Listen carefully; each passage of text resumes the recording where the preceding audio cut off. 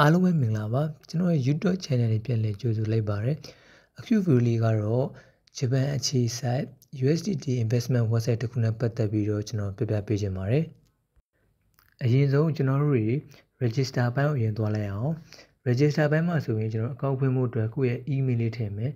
ပြီးသွားပြီဆိုတာနဲ့ password လေးခံပြီးသွားရင်ကျွန်တော်တို့ invitation code ကိုကျွန်တော်ဒီတိုင်းပဲထားလိုက်ပါတော့ထားပြီးသွားပြီဆိုတာနဲ့ကျွန်တော်တို့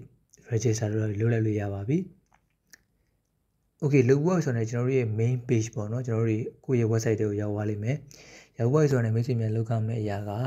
ကျွန်တော်တို့ account setting တွေကိုကျွန်တော်တို့တွား Okay တွားပြီးသွားရင်ကျွန်တော်တို့ဒီ email နဲ့ကျွန်တော်တို့ ID card ဆိုတာလေးကိုကျွန်တော်တို့ verify လုပ်ရပါတယ်အဲ့တော့ကျွန်တော်တို့ဒီနှစ်ခု verify ဖြစ်မှသာလျှင်ကိုယ့်ရဲ့ wallet တွေ payment passport တွေကျွန်တော်ထည့်လို့ရမှာပါကျွန်တော် ID card ကိုကျွန်တော် verify လုပ်ရင်တော့မှတ်ပုံတွေပေါ့နော်ကိုယ့်ရဲ့မှတ်ပုံတွေကိုအရှေ့နောက်လေးတပုံရိုက်ပြီးတော့ upload တင်ပေးရတယ်ပြီးရင်ကိုယ့်ရဲ့နာမည်တွေ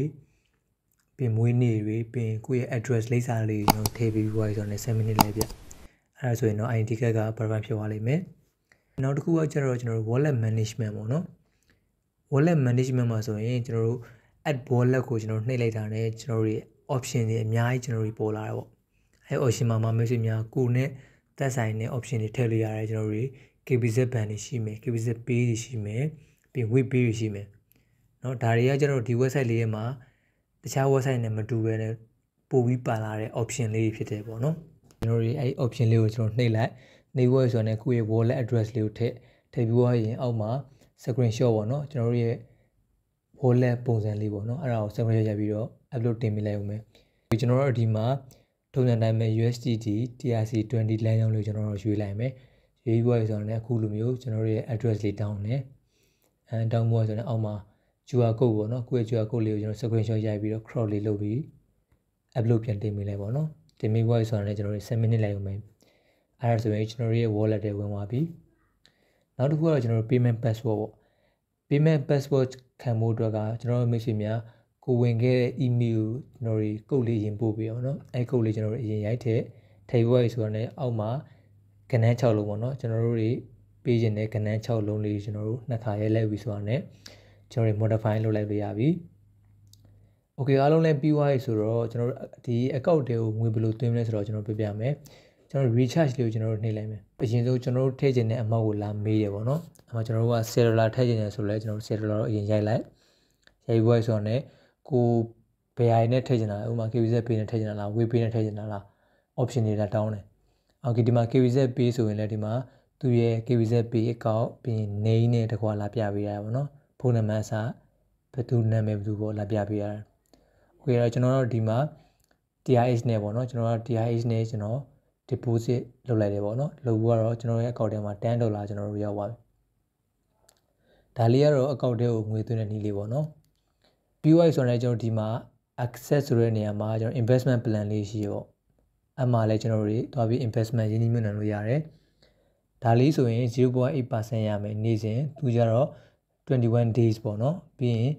ကျွန်တော်အနည်းဆုံး invest လုပ်မယ့်ပမာဏကတော့$200ပေါ့ဒေါ်လာ200နဲ့စရင်ရမယ်ဒီ website လေးကတော့ကျွန်တော်တို့မရှိများတယ်မှာအနည်းငယ်ပြည့်လဲသူတွေပြီး investment ကိုလည်းကျွန်တော်ထဲထဲဝင်ဝင်တကယ်လုပ်နေတကယ်နားလည်သူတွေအတွက်အဆင်ပြေမှာပါအောက်မှာဆိုရင်တော့ကျွန်တော်တို့1 day လေး plan လေးရှိမယ်ပြီးပြီဆိုတာနဲ့ 0.2% ရမယ်ကျွန်တော် minimum အနည်းဆုံး investment ပမာဏကတော့10 USD ပေါ့နော်$10စာရေးမယ် Okay အဲ့တော့ကျွန်တော်တို့အောက်မှာဆိုရင်လည်းသူ့ရဲ့ plan လေးတွေနဲ့ကျွန်တော်တို့ interest rate လေးကိုလာပြပေးရပါတယ်ဒီမှာတော့ကျွန်တော်1 day plan လေးပဲကျွန်တော်ပြပြလိုက်မယ်ပေါ့နော်1 day plan လေးကျွန်တော် invest လုပ်မယ်ပြီးသွားဆိုရင်သူတို့ထည့်ခြင်းနဲ့10 USDT ပေါ့ကျွန်တော် invest လုပ်မှာ10ထည့်လိုက်မယ်ထည့်ဖို့ဆိုရင်ကျွန်တော် invest လုပ်လိုက်အောင်မယ်ဗျ Okay လုပ်ဖို့ဆိုရင်အခုလိုမျိုးကျွန်တော်တို့ capital မှာ10 USD လာပြပေးရတယ်ပြီးရင်ကျွန်တော် interest ကျွန်တော်တို့ရမယ် profit ပေါ့နော်အတူလုံးကကျွန်တော် 0.02 ရမယ်ကျွန်တော်တို့အခုရဲ့အရင်မှာအပါဝင်ဆိုရင် 10.02 ကျွန်တော်ရရှိမှာပါဒီနေ့ invest လုပ်ပြီးကျွန်တော်နောက်နေ့ဆောက်တဲ့အချိန်မှာတော့တုံးစံတိုင်းပဲကျွန်တော်တို့ရဲ့လက်ရှိ main balance တွေကိုကျွန်တော်တို့ invest လုပ်တဲ့ amount ကိုရရှိခဲ့တဲ့ profit ပေါ့နော်အကျိုးမြတ်ကိုလာထည့်ပေးတာအဲ့ဒါကိုမှ ကျွန်တော်တို့က withdraw လေးပြန်ထုတ်ကြည့်ရမယ်အဲ့တော့ကျွန်တော် withdraw ကိုနေပြီးဆိုတော့ကျွန်တော်တို့ထည့်ခဲ့တဲ့ wallet ပေါ့နော်